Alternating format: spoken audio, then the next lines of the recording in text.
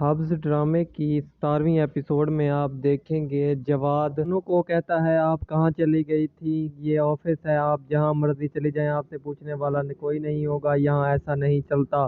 تو بانو اسے کہتی ہے کہ آج کے بعد میں سر باسط کو کہوں گی کہ وہ مجھے بلانے سے پہلے آپ سے پوچھ لیں۔ بانو اسے کہتی ہے مجھے باسط صاحب نے بلایا تھا۔ جواد کہتا ہے بے شک آپ باسط صاحب کی رشتہ دار ہیں، ان کے ریفرنس سے آئی ہیں، لیکن یہاں پر آپ کو کام کرنا پڑے گا۔ تو بانو کہتی ہے میں اپنے کام ہی کر رہی ہوں، آج کے بعد آپ مجھ سے کوئی بات نہ کیجیے گا اپنے کام۔ فہد باسط کو کہتا ہے کہ آنٹی کے جانے کے بعد آج تو پہلی دفعہ میرے پاس آیا ہے، اب تو عائشہ کی عزت کیا کر، تیری زندگی میں ایک اور عورت بھی موجود ہے۔ عائشہ کو اس کی ماں فون کرتی ہے اور کہتی ہے زویا کے رشتے والے آ رہے ہیں، تم آنا۔ تو عائشہ اپنی ماں کو کہتی ہے آپ جلد بازی تو نہیں کر رہی، لیکن اس کی ماں کہتی ہے بہت اچھا رشتہ تھا، اب اسے بٹھا کر کیا کرنا تھا، اس کی تو قسمت ہی کھل گئی۔ بانو کو آ کر اس کی ماں کہتی ہے کہ تم زویا کو سمجھاؤ کہ رشتے کے لیے ہاں کرے۔ تو بانو کہتی ہے میں اس میں کچھ نہیں کر سکتی، آپ زویا کے ساتھ زیادتی کر رہی ہیں۔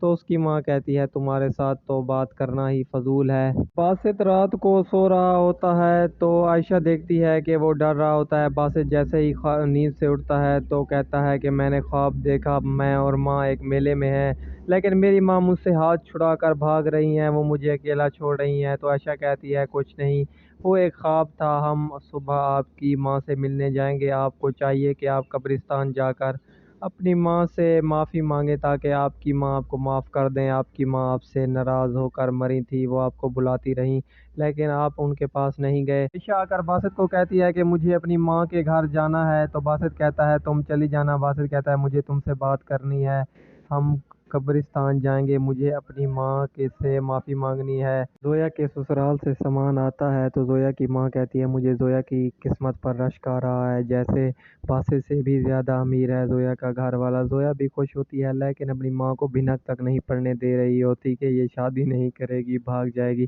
زویا کی پھپھو کہتی ہے واہ بھائی تمہاری تو قسمت ہے۔ عائشہ آ کر بانو کو کہتی ہے کہ تم تو کہہ رہی تھی زویا خوش نہیں ہے۔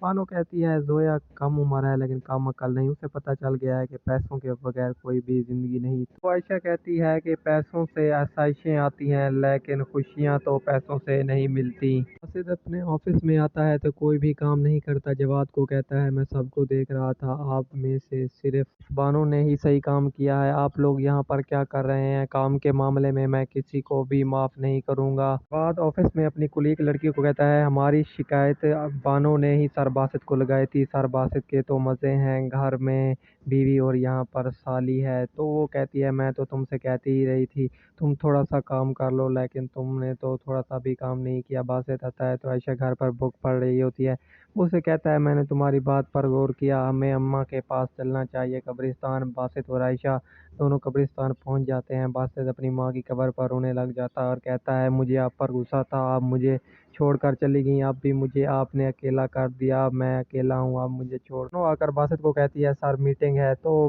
باسط کی طبیعت خراب ہوتی ہے، بانو کہتی ہے سر اگر آپ کہیں تو میٹنگ کینسل کر دوں، لیکن باسط کہتا ہے نہیں میں آ رہا ہوں میٹنگ میں۔ جیسے ہی میٹنگ شروع ہوتی ہے، میٹنگ کے دوران بانو کی فائل کوئی تبدیل کر دیتا ہے، میٹنگ غلط ہو جاتی ہے تو باسط کو بہت غصہ آتا ہے، وہ پوچھتا ہے سب کو بلا کر کہ یہ کیا ہو گیا۔ تو بانو کہتی ہے سر میں نے تو پریزنٹیشن بنائی تھی، آپ کو دکھائی بھی تھی۔ تو اس باسط کو سب پتہ ہوتا ہے تو وہ جواد کو بلاتا ہے اور اسے کہتا ہے کہ یہ مس بانو ہے، ان کی فائل کسی نے تبدیل کر دی تھی۔ جواد کہتا ہے سر مجھے تو پتہ نہیں۔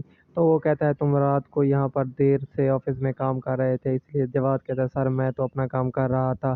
باسط کہتا ہے مس بانو کے کیبن میں آپ کیا کر رہے تھے، میرے پاس سی سی ٹی وی فوٹیج ہیں۔ تو یہ سن کر جواد رونے لگ جاتا ہے اور کہتا ہے سر مجھے معاف کر دیں، میں سمجھا یہ سب دیکھ کر آپ بانو کو یہاں سے نکال دیں گے۔ تو باسط کہتا ہے میں تمہیں نکال رہا ہوں۔ تو وہ رونے لگ جاتا ہے، کہتا ہے سر میرے چھوٹے چھوٹے بچے ہیں۔ زویا رات کو اپنا گھر چھوڑ کر عامر کے ساتھ بھاگ جاتا